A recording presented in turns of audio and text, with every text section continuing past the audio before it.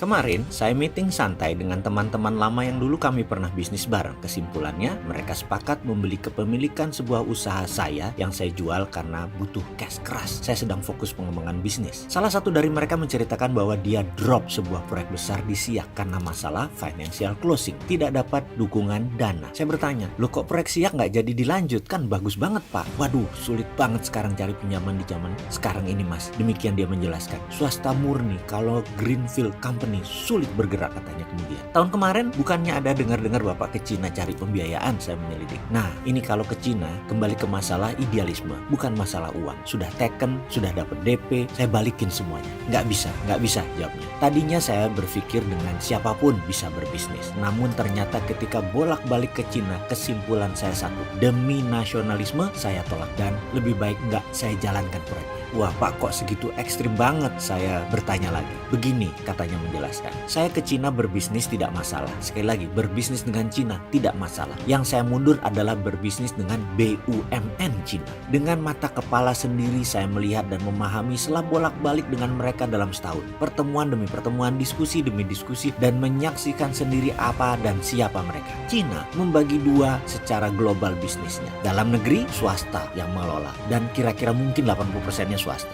Luar negeri, BUMN Cina yang bermain dan hampir 90%-nya BUMN Cina. Pemerintah dukung dana, dukung fasilitas lainnya ke BUMN Cina untuk menggarap pasar luar negeri. Bayangkan dengan 1,4 miliar manusia di Cina, maka Cina memerlukan pangan dan kerja buat penduduknya. Mereka membuat grand strategi dan policy, yaitu China is not a country, China is civilization. Jadi Cina itu bukan negara, tapi Cina itu adalah komunitas. Diaspora Cina menguasai seluruh jagat. 2-5% sebuah negara pasti diaspora Cina. Bagi mereka, Tiongkok itu melihat semua ini menjadi satu civilization. Mungkin warga negaranya udah bukan warga negara Cina, daratan, tetapi mereka dianggap satu civilization. Lalu dia melanjutkan, "Saya memperhatikan semua yang bekerja di luar Cina, dari pegawai-pegawainya BUMN Cina, semua muda-muda single, paling tua usianya 35 tahun. Target mereka jelas, karena terucap mereka itu akan dijadikan diaspora. Gak usah pulang kalau perlu. Single, kawin dengan penduduk lokal, baik Cina diaspora atau pribumi, nggak masalah. Lebih murah bagi mereka orang-orang itu tidak pulang. Targetnya seluruh dunia, setiap negara akan dimainkan diaspora Cina yang baru ini. Kalau perlu double dalam 10 tahun ke depan." Ini mungkin banyak yang tidak percaya informasi seperti ini. Tapi ini strategi Cina, ini grand plan dari Cina dan ini dimainkan bagian dari obor One Belt One Road. Semua orang yang bekerja di BUMN Cina di luar negeri telah mengikuti semacam wajib militer. Mereka terdidik secara militan dan mereka terdidik secara militer. Dengan pengetahuan ini saya putuskan, saya tidak akan berbisnis dengan BUMN Cina. Ini sama saja dengan menjual bangsa, menjual negara, menjual NKRI. Lebih baik proyek saya tidak jalan daripada bangsa Indonesia tergadai. Dan sekarang saya bingung dengan banyaknya bisnis Tiongkok masuk. BUMN Indonesia dengan BUMN Cina bekerja sama. Bagi saya hal ini sebentar lagi pasti jadi ancaman nasional. Ini soft threat. Banyak memang yang terbuai dengan uang, terbuai dengan proyek, namun menggadaikan kedaulatan bangsa. Saya miris dengan ini semua. Kemudian dia melanjutkan monolognya. "Saya berharap ini semua karena by accident, karena alpha, karena lupa, karena ketidaktahuan beberapa pejabat. Namun kalau ini by design, dengan sengaja melakukannya, yang nanti juga diikuti dengan paham komunis, maka saya rasa rakyat tidak akan diam." Mendengar cerita itu,